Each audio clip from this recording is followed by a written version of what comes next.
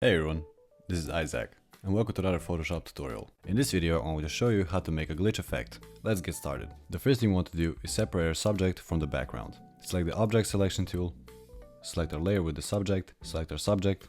By pressing Command J or on PC Ctrl J, we're going to duplicate the layer without the background. We can delete the bottom layer, duplicate our subject layer 2 times, and below everything, make an adjustment layer, select solid color, and select a dark gray. Press OK.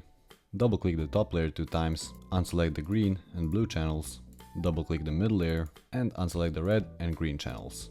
Let's move the top layer a little bit to the left and the middle layer a little bit to the right. Above everything, create a solid color layer and select the color to white. Select your brush color as black and make sure that your secondary color is set to white. Go to Filter and select Filter Gallery. Click Convert to Smart Object.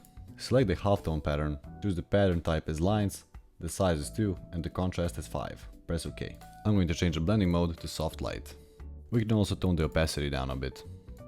While holding Option or on PC Alt, click on the new layer, name the layer Grain, leave the color as none and the mode as overlay. Select the fill with overlay neutral color. Press OK. Go to Filter, Noise and add noise. Add something in between 10 and 20%. Press OK. And now press Command, Shift, Option and E to merge all the visible layers, or on PC, Ctrl, Shift, Alt and E. Now using the Marquee tool, let's make these rectangular selections. Press Command T or on PC Ctrl T, and while holding Shift, let's slide them to the left or to the right.